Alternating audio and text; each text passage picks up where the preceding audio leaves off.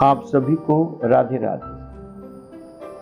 भाग्योदय foundation ने बहुत सुंदर संस्कार शाला का आयोजन किया, जिसमें हमारे प्यारे बच्चों को प्रेरणा देने के लिए आदरणीय श्री राम महेश मिश्र जी ने बहुत सुंदर एक आयोजन किया, जिसमें हमारे नन्हे मुन्ने बच्चों को बहुत प्यारे प्यारे संस्कार मिले। मैं एक बार याद दिलाना चाहता हूँ कि विगत 3 दिवसों में हमारे प्यारे प्यारे बच्चों ने क्या सीखा।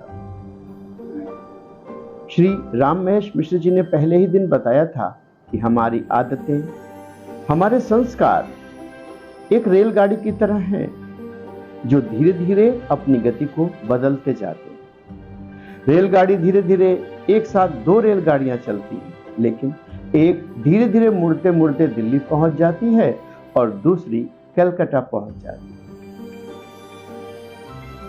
इसी प्रकार हमारे जीवन में गुण और अवगुण धीरे धीरे आते जाते हैं, और उन आते और जाते गुण और अवगुणों को सहेज कर रखने का नाम ही जीवन है।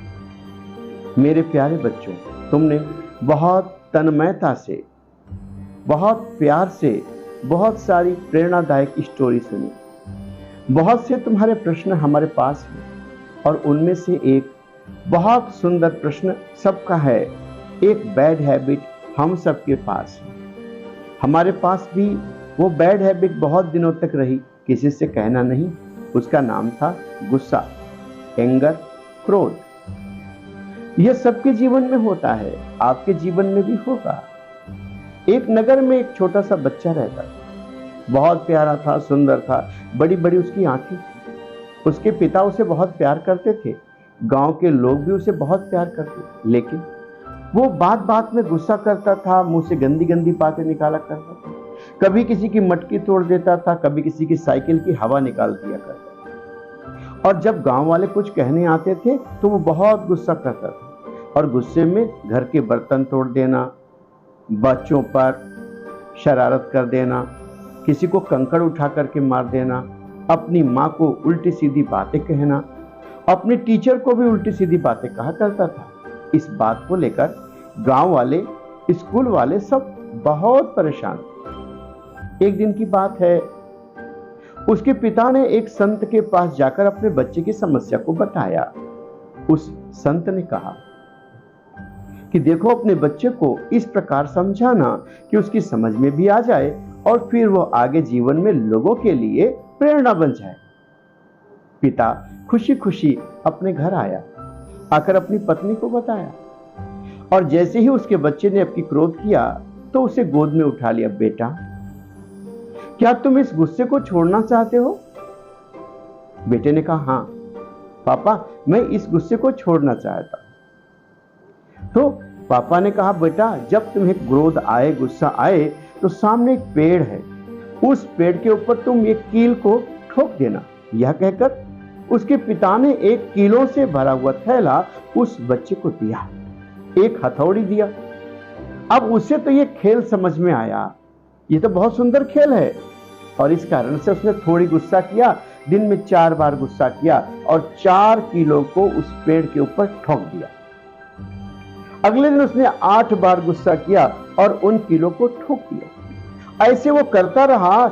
एक दिन 40 कीलो को उसने पेड़ पर ठोका, और उसे लगा कि अब थोड़ा कम करना चाहिए। तो फिर वो जब भी क्रोध करता तो उसे कील ठोकने जाना पड़ता, तो उसके लिए ये एक्स्ट्रा वर्क था। अतिरिक्त कार्य कभी कभी थकावट देने लगता है। वो थकने लगा तो उसने सोचा कि गुस्सा ही कम करे तो कील कम ठोकने जाना पड़ेगा। अब उसने गुस्सा करना थोड़ा कम कर दिया। अब वो दिन भर में 10 कीले ठोक पाता था। ऐसे कम करते करते एक दिन उसने एक भी कील नहीं ठोकी, यानी उसने पूरे दिन में कोई गुस्सा नहीं किया। पापा के पास गया और पापा से कहा कि पिताजी, अब मैंने आज कोई गुस्सा नहीं किया, तो क्या इन कीलों का अब क्या होगा?